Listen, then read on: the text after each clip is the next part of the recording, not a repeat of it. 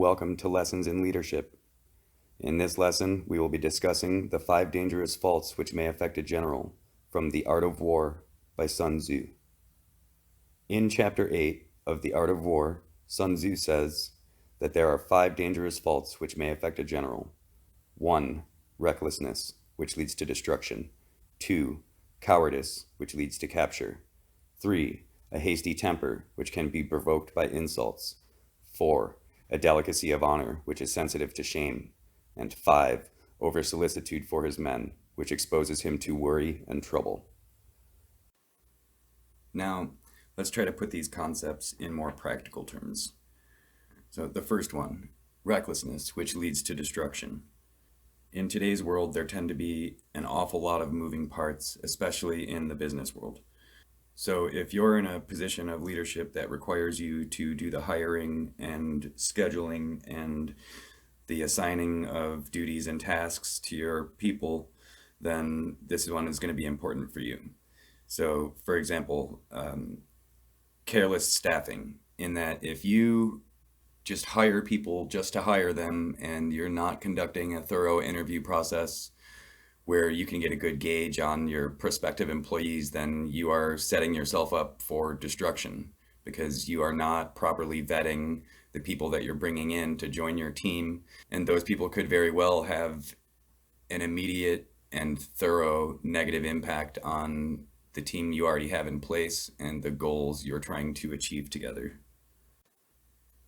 And with that comes something that I've witnessed far too much, and that is when leaders assign tasks to team members who don't excel in those tasks. So they're doing so at the detriment of the operation as a whole. And it seems to me that people are assigning those tasks that way so that they can maybe avoid training their personnel properly. So instead of preparing someone adequately for the task they have in mind, they just throw them in there. And so now they've got this person who is underconfident in what they're doing, inadequate at what they're doing, and will probably need a lot of help along the way. So now you're costing more personnel to do a task that, if it was just properly assigned in the first place, would go off without a hitch. This calamity is easily avoidable if you just do your due diligence in preparing your people for what it is that you need them to do, and doing so thoroughly prior to actually assigning them the task. Another observation I can make is with regards to the general environment of a workplace or classroom space or whatever. And that is when people in leadership do things that do heavy damage to team morale. Because in doing so, especially if the damage done is over a mistake of some kind, because now you've got people who don't want to be there, they don't want to help you, and they're terrified of making mistakes. So now, instead of trying their best to just perform the task at hand, they've got these other things in mind, and those things are taking precedence over what it is that they're actually trying to do. And the last thing I'll add to that, in heavy labor situations, factory work, stuff like that, following safety protocols. These are in place for a reason, and the damage that can be done to personnel, equipment, and product is totally avoidable by following these safety protocols that are in place. Now, I know that not every safety protocol is perfect and they're not all foolproof and all that, but certainly avoiding following safety protocols when you're in a position of leadership is a terrible plan, especially if you have subordinate leaders who are going to be conducting the same operation in your absence, because what leaders do in moderation, subordinates do in excess. So if you've got 10 safety protocols to follow and you follow 8 out of 10 of them while you're present, then it's almost certain that your subordinates are only going to follow 5 or 6 out of 10 if you're lucky.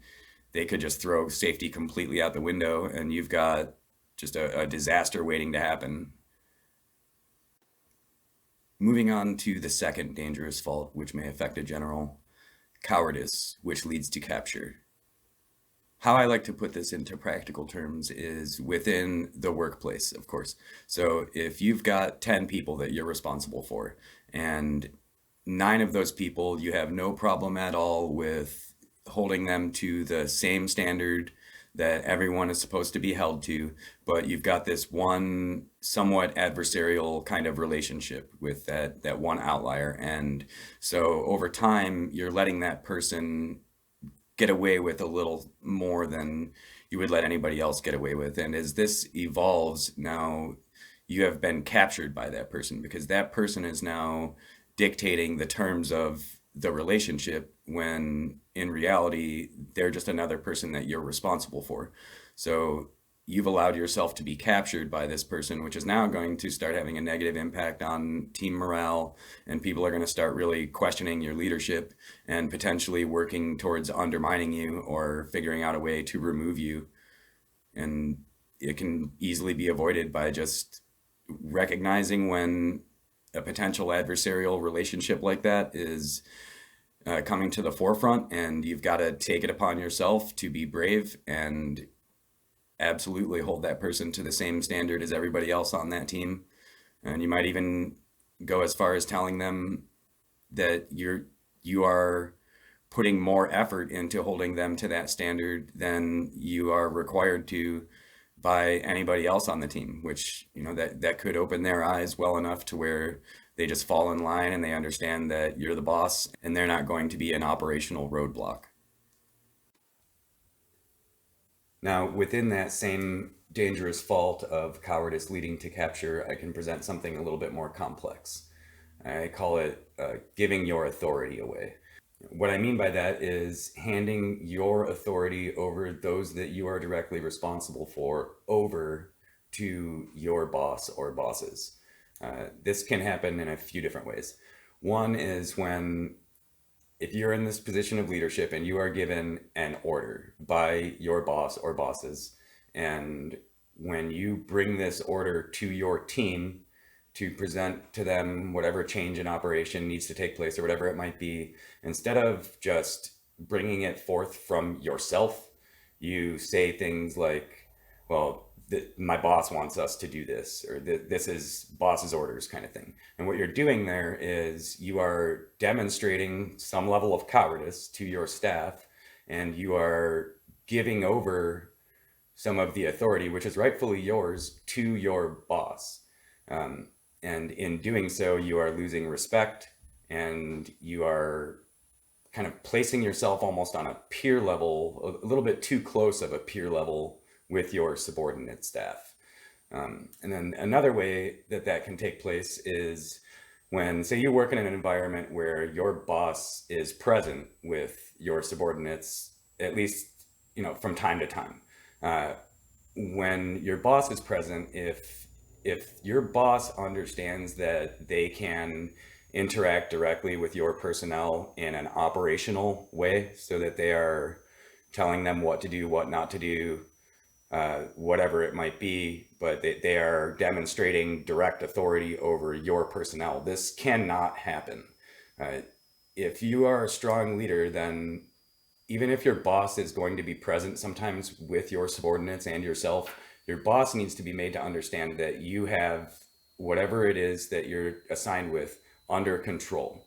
Because if your boss is present and they are giving orders directly to the people that you're responsible for, now your boss is taking away some of your authority, which will result in the same things as what I was saying just a minute ago, as far as you losing respect and people being less willing to follow your instruction because they know that you're not the real boss, and that's dangerous, even for your boss, because they are unknowingly putting themselves in a position to have even more responsibility than they already have. Because as time goes on and people respect you less as their boss, they're going to be hesitant to bring issues and concerns directly to your attention because they know that you're not the real boss. So they're going to be taking their issues, concerns, questions, whatever, to your boss, and just completely circumnavigating you